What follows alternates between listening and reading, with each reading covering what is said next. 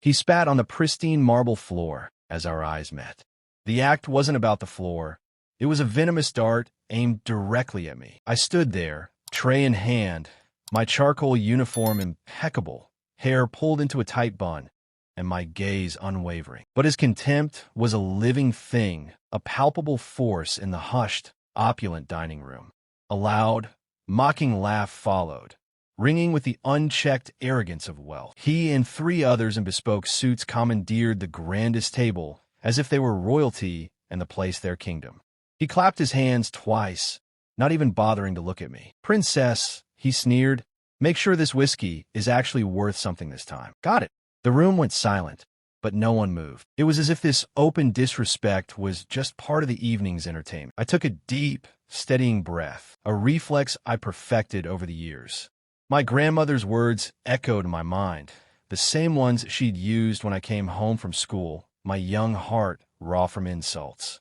The one who breathes controls Brianna. The one who shouts loses. I had learned that lesson well, swallowing insults and holding my anger like a silent countdown. But this man wasn't just rude. His actions were a calculated assault, a deliberate test of how far he could push me, how much he could degrade me. In this temple of fine dining, he thought he could use racial slurs, mock my voice, and erase my humanity. "Try not to spill anything today," he smirked. "This suit is new." His companions chuckled, clearly entertained by his cruel game, watching me as I absorbed his barbs, testing my limits. When I returned with his order, his eyes raked over me. "You've been here a while, huh? Must be tough on your feet all day. But hey, it's a job, right? Better than being on the streets." The words were a saccharine poison, delivered with a condescending smile. The most painful part wasn't the insult itself, but his tone, so calm, so assured, as if he had an inherent right to speak to me this way. I thought of the sacrifices that had brought me here, the double shifts, the sleepless nights, the chronic ache in my back, the blisters on my feet. To him, I was nothing more than a serving drone, meant to be seen and not heard. And the silence of the other diners and the manager who witnessed it all felt like a silent endorsement. I wanted to scream, "You have no idea who I am," but I bit my tongue. I knew some silences hold more power than any words. This moment demanded stillness, not an explosion. Unleashed anger would only fulfill his hateful stereotype. But if I held back, I would hold the upper hand. While he laughed, I observed. He saw me as an object, a prop in his personal play. But I was committing every word to memory. He believed he was in control. He had no idea he was dealing with. He didn't know that this restaurant, the very floor he was now soiling with his presence, had a history, a legacy, a name that would mean nothing to him. In his small, entitled world, a black woman's only purpose was to serve. But I was not just here to serve. I was here to make a living, to rise above the life he assumed I had. "Good afternoon," I said, my voice firm as I presented the menu. "May I take your order? Or do you already know what you want?"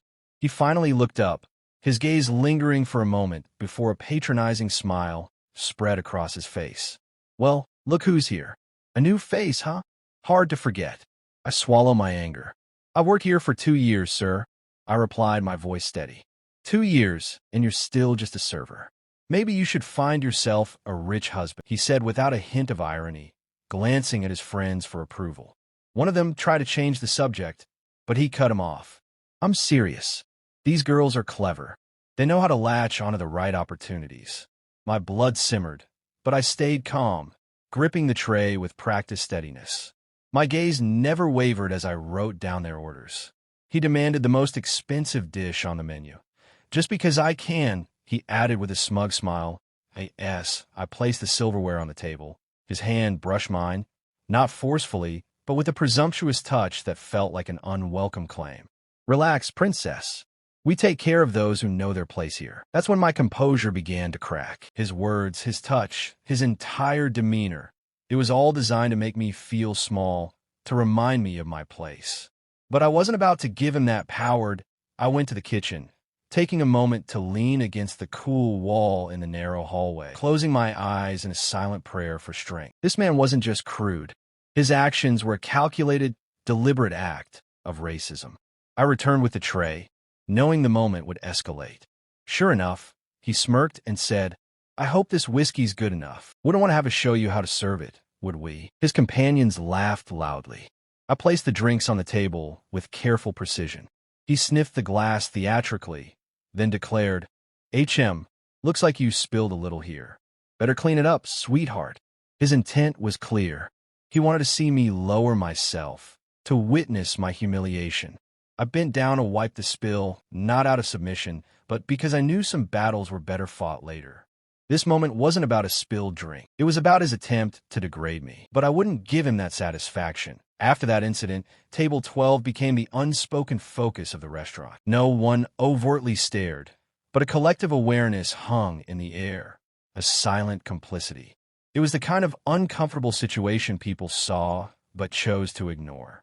And for now, that silence was enough. But I knew I'd be back, stronger, smarter, and ready to face him again. This was just the beginning that I was stuck in the middle, enduring the discomfort of being objectified. As I served their main courses, the man at Table 12 looked me up and down, his gaze lingering far too long. "Smells delicious, though not as tempting as you," he said, eyes sharp with insolence.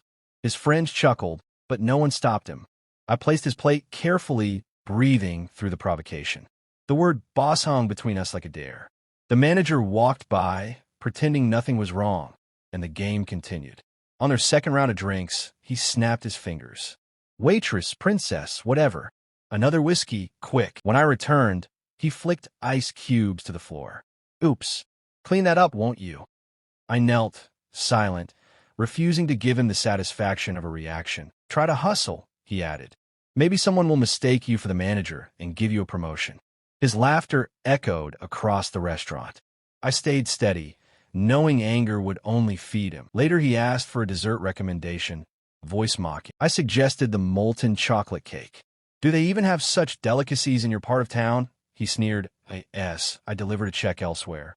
His voice boomed for all to hear. "Some people know their place. This one's getting too big for her britches." The room fell silent. No one intervened. Then he accidentally shattered a glass of whiskey. "Look what you made me do," he said, enjoying the humiliation. I cleaned up again, the air thick with quiet judgment. From across the room, a child's voice cut through. "Mommy, why is that man being so mean to her?" A black boy, maybe 7, stared at me, innocent but knowing. His mother tried to hush him, but he insisted she didn't do anything wrong. His words struck like a hammer. For the first time all night, my purpose shifted. I wasn't enduring for a paycheck anymore. I was standing for that child.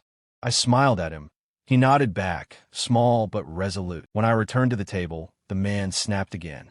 "Took you long enough. Training the help is tough these days." But I met his gaze, calm and unwavering. He flinched, just slightly. The manager intercepted me later, advising patience because the customer was special. "Aren't we all?" I replied, voice steady. He avoided my eyes and hurried off. I stayed, not for the man, but for the boy, for the message that his cruelty would not define me. Passing their table again, the child whispered, "You're strong." My throat tightened. The rest of the shift blurred. The man grew louder, boasting it was his birthday, to justify more drinks. By closing time, the tension lingered, but I had held my ground. I left knowing I'd won. Not with confrontation, but with quiet, unshaken dignity, and the boy's words echoing like a promise.